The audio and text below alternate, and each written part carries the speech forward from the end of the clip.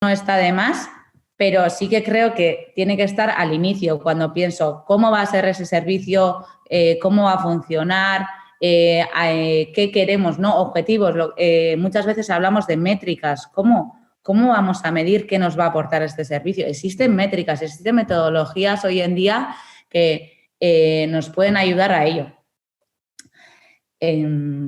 Buenísimo, me encanta esto que nos explicas, Maitane.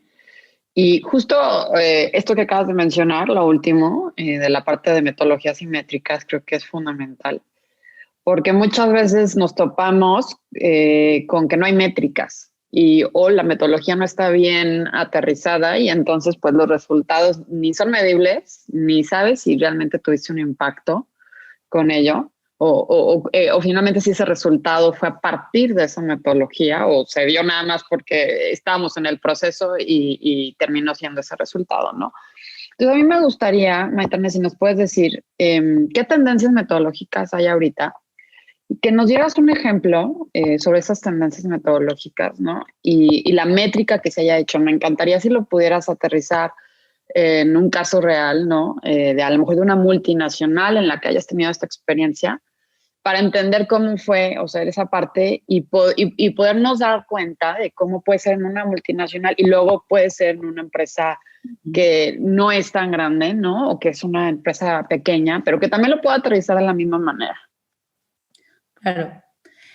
Pues sí que es verdad que en diseño estamos muy acostumbrados a hablar de metodologías, ¿no? O sea, al final todo se va a basar siempre en el design thinking y aunque es una cosa que está muy manida y cada agencia luego va a tener su propia metodología, o sea, todos vamos a estar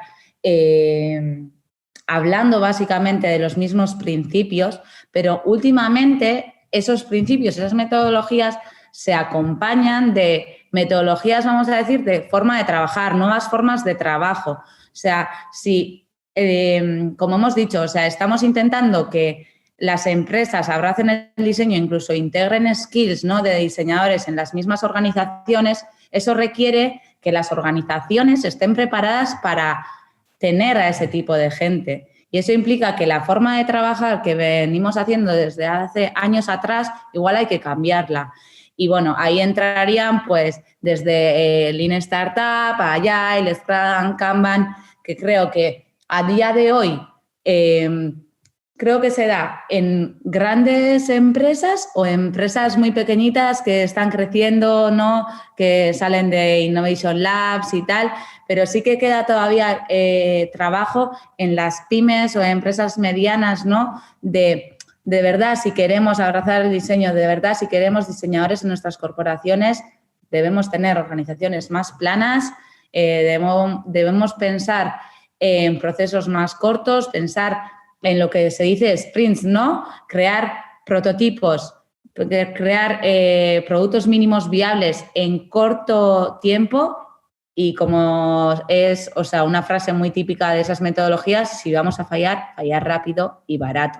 O sea, las empresas tienen que entender que la metodología es amiga y no enemiga. Y esto me lo dijo una persona cuando le estaba dando un curso y se me ha quedado y me dijo, mira, yo pensaba cuando empecé este curso, porque también el curso suele ser para altos cargos o gente que ya tiene un recorrido importante dentro de la empresa. Y llegas tú y les dices, no, es que deberíamos tener organizaciones más planas, diseñadores, y al principio se quedan como, ¿qué? Y al final, cuando de verdad les preguntas, te dicen, no, es que la metodología es amiga y no enemiga. O sea, esto realmente, si lo hacemos, nos va a ayudar. Y como dices, y eso se mide.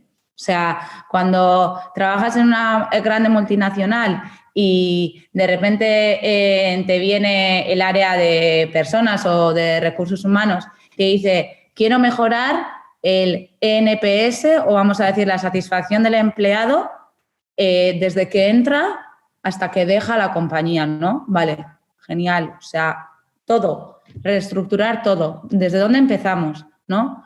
Y siempre es algo que se suele poner mucho en duda, ¿no? Y decir, joder, ¿desde dónde empieza un servicio y dónde termina, no? Quizá el servicio empieza incluso antes de contratar a esa persona, ¿no? incluso cuando le estamos haciendo las primeras entrevistas, cuál es su percepción hacia la empresa.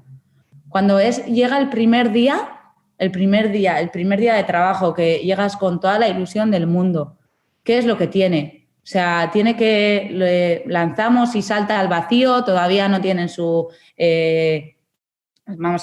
hardware preparado, no están sus compañeros de equipo, cómo nadie le invita al primer café. O sea, son cuestiones que de verdad no nos damos cuenta.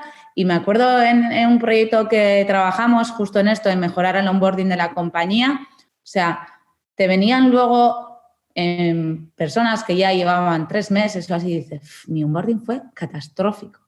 Y yo estoy contentísimo en la compañía, pero mi onboarding fue catastrófico. Entonces ves que esa gente que lleva 3 meses, si entra otra persona, intenta mejorar el onboarding diciendo tal. O sea, informalmente yo creo que las personas tendemos a esa amabilidad, pero tenemos que intentar que eso venga ya desde la compañía para que no sea tan subjetivo, para que no recaiga en personas concretas y tengamos un proceso de verdad que pueda hacer que el empleado se sienta a gusto en la compañía desde el primer momento. Esto es fundamental también lo que comentas, Maitane. Y no sé si a lo mejor nos pudieses dar un ejemplo de cómo llevasteis ese proceso o esa idea de mejorar el onboarding a tierra, ¿no? Es decir, cómo estaba antes la compañía y qué es lo que conseguisteis a través de estas metodologías. Pues sí que en este momento la compañía estaba reestructurando la organización, estaba empezando a comenzar a trabajar de manera más ágil, vamos a decir, y aprovechamos eso para lanzar este proyecto. Hubo bastantes meses de research, vamos a decir, de preguntar bien a altos cargos que tienden a contratar empleados como a los empleados que ya estaban en esa compañía, cómo había sido, cómo les gustaría. Hicimos muchos focus group y de ahí salieron pequeños equipos que trabajaron en pequeñas mejoras y un poco con eso ligarlo, ¿no?, a eso de metodologías ágiles y tal. Entonces, había un equipo que se encargaba de cómo mejorar la relación que teníamos nosotros internamente con IT. Entonces, a veces son cuestiones internas, ¿no?, que el otro día estaba leyendo un libro y aparecía que al final muchas veces las organizaciones tendemos a ser muy invisibles, muy transparentes, ¿no?, y dejamos entrever, vamos a decir, nuestros problemas internos. Y para el empleado todo es uno, o para el usuario cuando estamos ofreciendo el servicio todo es uno, y eso es muy importante, ¿no? Entonces se crearon pequeños equipos que trabajaron en pequeñas mejoras. Unos empezaron vale, ¿cómo podemos mejorar que incluso antes de entrar a la compañía el usuario tenga una buena percepción de la compañía, ¿no?, ya más allá de lo que haya escuchado en la calle o de lo que haya podido leer en prensa? Entonces, se empezó a pensar en un tour, en cómo podíamos ponernos en contacto con ese potencial empleado, vamos a decir, porque todavía no estaba dentro de la empresa. Otros, como he dicho, trabajaban la cuestión más de IT, cómo podíamos agilizar los procesos internos para que cuando el empleado llegue de repente tenga todo lo que tenga que tener para comenzar a trabajar. Otros trabajaron más desde comunicación, que el mismo área en el que va a empezar a trabajar el empleado sepa quién va a entrar, ¿no?, y cuando lo vea del pasillo de repente le pueda llamar de su nombre. Entonces sí que trabajamos en pequeños equipos que, iterábamos entre nosotros, iterábamos las propuestas y luego se aunó en una propuesta final. Buenísimo, qué gran ejemplo, súper aterrizado hacia lo que puede hacer Service Design, porque creo que, y me encanta, porque de repente nos confundimos en que diseño nada más es producto y no. Diseño es un abanico enorme y Service Design ahorita está súper fuerte y creo que con esto que acabas de decir, pues podemos ver cómo se hace una diferencia, ¿no?, en el servicio y en la experiencia justo del usuario. Maitane, y quisiera preguntarte, bueno, tú que tienes, has tenido este contacto, ¿no?, y que, estuviste en Telefónica y que ayudaste en este proceso de onboarding, y que estuviste en contacto con directivos, porque seguramente hay que hacer junta con los directivos para ver qué es lo que ven, hacia dónde y demás, o cómo van a aterrizar este onboarding. ¿Qué mindset tú ves tiene que tener un directivo para empezar a innovar en una empresa? O sea, ¿qué mindset debe tener para decir, sí, claro que sí? O sea, me tengo que ir por la parte de experiencia de mis empleados y de inicio por los que voy a contratar con una parte de onboarding, porque tienen que pensar diferente para poder aterrizar algo así a la empresa, ¿no? Es una pregunta bastante difícil, diría yo, pero yo sí que creo que cuando hablas con responsables, con managers, siempre te dicen que quieren tener empleados contentos. O sea, nadie quiere tener empleados que estén enfadados, que vayan al disgusto a trabajar, para nada. Lo que yo creo que está el reto es que ese estar contento es mejorar una serie de servicios que yo creo que ahí está el gap. Y eso es lo que realmente les cuesta, ¿no? Ligar, vale, ¿y qué hago para que estén contentos? No solo es esto sobre salario. O sea, quiero decir, hay muchísimas más cosas que las empresas pueden hacer por los empleados. Y eso, pues bueno, yo siempre creo que dependerá del tipo de empleados que tengas. Es decir, si es una empresa súper joven, pues que no tengas metodologías ágiles, es que igual incluso esos empleados que tú quieres tener no se van a sentir atraídos por tu empresa. ¿Me explico? Entonces, yo creo que sí es cuestión de que los directivos deberían de conocer a los empleados para luego saber qué necesidades o qué tipo de servicios pueden activar para que esos empleados de verdad estén contentos y vayan a trabajar contentos, porque al final, y esto es una métrica totalmente cualitativa, pero siempre te dicen, un empleado contento trabaja mejor y sus resultados son mejores. O sea, una persona que va enfadada a trabajar, o sea, yo siendo profesora, si voy enfadada a trabajar, es que estoy seguro que explico peor, que los alumnos no se enteran, igual no hago tanto hincapié en de verdad se ha entendido. O sea, es fundamental que vayamos contentos y los resultados siempre van a ser mejor. O sea, está clarísimo también ahí, Maitane, que al final cuando conseguimos, por ejemplo, que nuestros empleados trabajen más a gusto, los resultados van a ser mejores, ¿no? Como comentas. Entonces, al final, esas métricas que comentábamos al principio, a lo mejor en este caso no son tan directas de medir, pero mejorando un poco todo el ambiente que tenemos y cómo funcionan entre ellos también los empleados, vamos a ver cómo los resultados crecen también a nivel monetario. Y yo te quería también preguntar o hacer un pequeño paréntesis, porque has tocado un montón de conceptos que a lo mejor para muchos no son familiares, entonces a lo mejor podríamos incluso hacer como una especie de ronda de diccionario, porque yo tengo aquí apuntados un montón de cosas que yo sí las conozco todas, pero no todos los conocen, ¿no? Entonces has hablado de metodologías ágiles. ¿Qué es eso de metodologías ágiles? Has hablado de MVP, ¿qué es un MVP?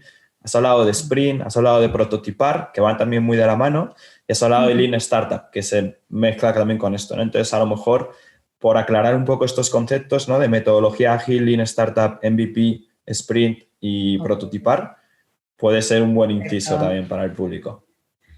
Perfecto, pues Lean Startup es una metodología, o incluso muchos te dirán que es una mentalidad, ¿no? Más allá de una metodología que viene ya desde que, bueno, está muy ligado al desarrollo de producto, vamos a decir, y sí que tiene esa mentalidad de, como comentábamos antes, ¿no? Esa mentalidad ágil de si falla rápido, falla barato, crea MVPs, que MVPs son productos mínimos viables, que son prototipos que pueden llegar a ser funcionales o cuando estás, sí, vamos a decir funcionales o estéticos. O al final estamos siempre en diseño, cubrimos o satisfacemos las necesidades del usuario. Vale, creamos un pequeño producto, un pequeño servicio que va a cubrir X necesidad. Vamos a ver si de verdad estamos cubriendo esa necesidad. Vamos a testearlo, hacer un pequeño prototipo y si de verdad nos equivocamos, que nos equivocamos ahora y no nos equivoquemos cuando ya hemos montado todo el proceso, ¿no?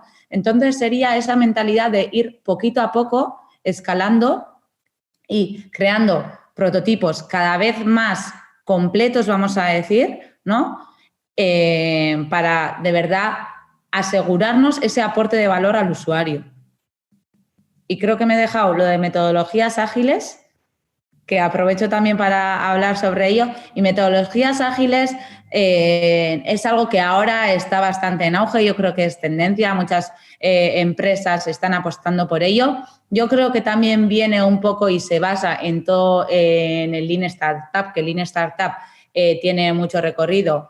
Y como he dicho, la mentalidad es la misma, pero sí que yo matizaría que las metodologías ágiles también llevan implícito el aplanamiento de organizaciones. O sea, grandes organizaciones tienen organigramas con muchísimos niveles donde trabajar en equipo no es tan fácil y es algo esencial para bien sea trabajar Lean, trabajar Agile, Kanban, Scrum, Design Thinking, o sea, todos los nombres que se nos ocurran, pero trabajar en equipo y diseño es algo que no puede ir separado, o al menos yo lo percibo así. Buenísimo, gracias por esta aclaración, este diccionario de términos que luego un poco nos confundimos en ello. Y sí, tienes muchísima razón en este último comentario, en la parte de cómo se mezclan o cómo pueden separarse o cómo pueden no trabajar juntos, ¿no? O cómo pueden a veces chocar, ¿no? Uh-huh. Y evidentemente no producir innovación, no producir cambios o que las empresas no avancen, sobre todo en esta parte que es de aplanamiento, ¿no? Justo estoy estudiando una certificación y de eso hablaban, de la parte del aplanamiento de las empresas, de que va o va, ¿no? O sea, para ser mucho más ágil una empresa tiene que estar. Y que eso nos cuesta mucho en la parte organizacional, ¿no? Y que eso es lo que tú dices, el service design y lo que tú hiciste del onboarding, pues ahí es donde nos cuesta trabajo, en la parte organizacional. Y quisiera preguntarte, Maitane, unido a esto, porque, bueno, estás en el País Vasco, pues país, todo lo conocemos, ¿no? Como pues, esta parte súper industrial, llena de empresas, innovadora, que ha despegado tremendamente, que ha crecido, que han ligado esta parte de industria también con diseño. Y quisiera que nos platicaras un poco sobre, a lo mejor un caso real de los muchos proyectos que han hecho, de cómo han aplicado esto que nos estás hablando en alguna empresa del País Vasco o algún caso. De acuerdo. Sí que como comentas, o sea, nuestra realidad aquí es muy diferente a lo que viene siendo en una ciudad grande, como puede ser Madrid, Barcelona, y sí que el día a día vamos muy de la mano con empresas industriales.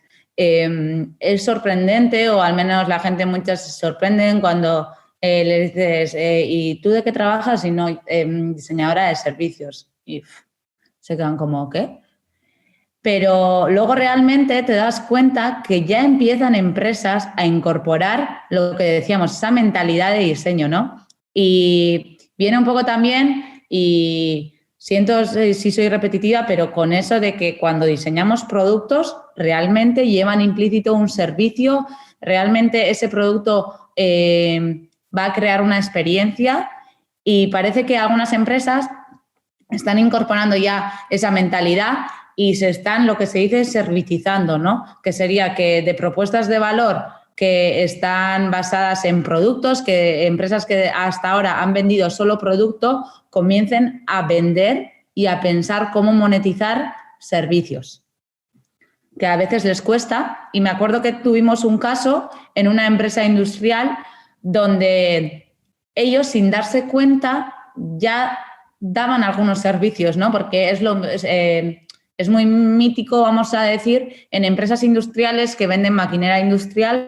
que digan, vale, pues luego también vendemos mantenimiento. O igual, incluso a día de hoy, no monetizan ese servicio de mantenimiento, vamos a decir. Entonces, una empresa, me acuerdo y me gustó mucho este proyecto porque requirió mucho tiempo, vamos a decir, y muchos talleres, muchos workshops, insistiendo en la mentalidad, insistiendo en todo lo que hemos estado hablando hasta ahora. Y era una empresa que vendía máquinas industriales para hacer packaging. Era una B2B, vamos a decir business to business, a otras empresas que ya estas segundas empresas sí trabajaban generando el envase final. Entonces, se dieron cuenta de que no solo podían vender el envase, sino que podían producirlo ellos con sus máquinas. Y ese fue, vamos a decir, el primer escalón hacia la servitización, ¿vale? Y luego se dieron cuenta de que las empresas que le contrataban y que les decían para hacer esos envases, realmente habían contratado anteriormente una consultora de diseño que habían diseñado esos envases. y dijeron, vale, y realmente, ¿por qué no ofrecemos un servicio, lo que decimos end-to-end, ¿no? O sea, desde el inicio hasta un fin, ¿no? O sea, me viene una empresa, quiero sacar un nuevo envase al mercado, vale, pues yo te aseguro que te voy a diseñar el envase, que ese diseño de envase va a ser fabricable y además luego te voy a dar máquinas para que puedas estar fabricándolo tú en caso de que así lo quieras, ¿no? Entonces fue un cambio tremendo en la organización, requirió aplanar organizaciones, incorporar nuevas skills, incorporar tanto skills de diseño, porque este fue un poco combinado, ¿no? Incluso diseño de producto como diseño de servicio, y sí que está funcionando genial y fue un producto o un proyecto del cual estoy muy orgullosa, diría, porque funcionó, te das cuenta, te da esa esperanza, ¿no? De que luchas de verdad para trabajar, para que la gente o sea, se está dando cuenta del valor de verdad del diseño y de lo que les puede aportar, ¿no? A las empresas. Y como bien has dicho antes, no solo a grandes multinacionales, a empresas pequeñas, pymes, que de verdad sacan provecho de esto. Interesante también todo eso que cuentas de este caso, Maitane, y también es siempre súper gratificante cuando ves que efectivamente todo ese trabajo y esas horas pues al final tienen su fruto, ¿no? Y eso yo creo que es la mejor parte, sin duda. Yo también, que soy diseñador, pues te entiendo totalmente. Y luego yo también quería a lo mejor comentar brevemente que todo esto que nos has estado hablando en el episodio de hoy también lo podemos aplicar a casos a lo mejor de empresas públicas. Es decir, que no siempre tiene que ser todo lo que sea metodología ágil para el sector privado. No sé si a lo mejor tuvieses algún caso dentro del sector público que pudiésemos comentar. Pues es sorprendente cómo todavía en España no se trabaja en el sector público tanto el diseño de servicios, al menos no tengo la suerte de conocerlo. Sí que sé que dentro de Europa, pioneros diría que estarían por el norte, tanto UAE como los países nórdicos, ¿no? Sí que lo trabajan mucho más. Y el año pasado tuvimos la suerte de trabajar en un ayuntamiento de la zona, vamos a decir, de aquí, para un nuevo servicio social para la ciudadanía. Y era totalmente nuevo para mí. La verdad es que me encantó y sí que animo a todas las organizaciones públicas a que se adentren a esto. Y fue básicamente, aquí, para los que conozcan el País Vasco, para los que no tenemos ciudades muy grandes, ¿vale? Vamos a decir, tampoco cuando hablo de pueblos son pueblos diminutos, pero en una ciudad, entre comillas, de 50.000 habitantes, había un edificio que estaba vacío, estaba en desuso. Era el ayuntamiento y realmente les planteamos un reto junto a los alumnos en los que yo imparto Service Design, que son los alumnos del máster de diseño estratégico de Mondragón, a plantear un servicio intergeneracional para los ciudadanos. Y fue un proyecto súper bonito en el que te das cuenta que también los alumnos disfrutan muchísimo porque al final, también la temática ayudaba, ¿no? La intergeneracionalidad, también las tendencias que están en auge, ¿no? De igual envejecimiento activo, ellos empatizaban también con jóvenes, entonces ese link se dio muy bien y la verdad es que el ayuntamiento se fue muy a gusto. Están intentando, luego también ahí requiere, vamos a decir, pues todo el politics interno, que eso hay una capa en el sector público que nunca podremos tapar, pero sí que se fueron muy a gusto con hay muchísimas opciones que podemos hacer y de verdad no nos habíamos dado cuenta o no nos daríamos cuenta si no hubiéramos hecho este ejercicio. Muchas gracias por el ejemplo y qué increíble. La verdad es que yo creo que vamos súper atrasados en la parte de diseño de servicios públicos, o sea, porque urge. O sea, de verdad creo que los gobiernos, los ayuntamientos, lo primero que tendrían que estar haciendo es planear todo esto, ¿no? O sea, ¿cómo voy a mejorar la experiencia del usuario? O sea, dentro de mis procesos, porque es un dolor de cabeza, ¿no? Entonces, hacer algún tipo de proceso es un dolor de cabeza, o sea, es saber que vas a perder días, horas, etcétera, en procesos. Y agilizar esto, pues agilizaría muchísimas cosas para la misma ciudad y la ciudadanía. Entonces, me encanta esto que nos acabas de contar, Maitane, para que los que nos escuchan vean que sí se puede y ojalá que los ayuntamientos y los gobiernos nos escuchen y nos hagan caso en que esto es fundamental. Y además le sumas muchísimo a la sociedad y te voltean a ver como un gobierno que soluciona. Oye, Maitane, y para ir ya cerrando esto, esta gran plática que estamos teniendo que me está encantando, dentro de esta parte de tendencias y de metodologías que ya hemos abordado, y en medio de lo que estamos viviendo, como es esta pandemia que ya duró más de lo que pensamos que iba a durar, yo creo, ¿no? O sea, al inicio fue de, bueno, 2, 3 meses, bueno, está bien, 4, 5, y bueno, aquí seguimos y vas para atrás y vas para adelante y vas para atrás. ¿Cómo es que se deberían de adaptar las empresas ante esta crisis? Y entre muchas posibles crisis que va a haber, porque no es la única, seguramente van a venir más. Esta es la primera y ya ha habido muchas crisis, ¿no? Creo que la adaptabilidad de las empresas tiene que todavía ser más rápido, como lo acabamos de ver. Lo estamos viviendo en esta ocasión. Y entonces la pregunta es, ¿hacia dónde se está moviendo el mercado y cómo se deberían de adaptar las empresas ante estas crisis? Wow, es una pregunta interesante.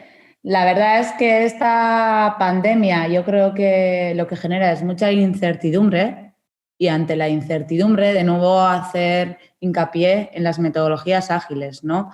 Es decir, olvidemos ya de planes estratégicos a muy largo plazo, o sea, ya no solo por la pandemia, porque es que la sociedad está avanzando, las necesidades cambian constantemente, entonces no podemos pensar que un mismo servicio, tal y como lo hemos diseñado hoy, va a funcionar de aquí a 3 años, ¿no? Entonces, sí que las metodologías ágiles serían ya un muy buen comienzo para, vamos a decir, estar constantemente iterando con el usuario o con las personas, ¿no?, implicadas en esos servicios que tengamos, en esos productos que vendamos, en el valor que les aporta y poder irnos adaptando a las necesidades. O sea, porque tenemos que tener claro que no los usuarios se tienen que adaptar a lo que nosotros hemos diseñado, bien sean productos, servicios, experiencias.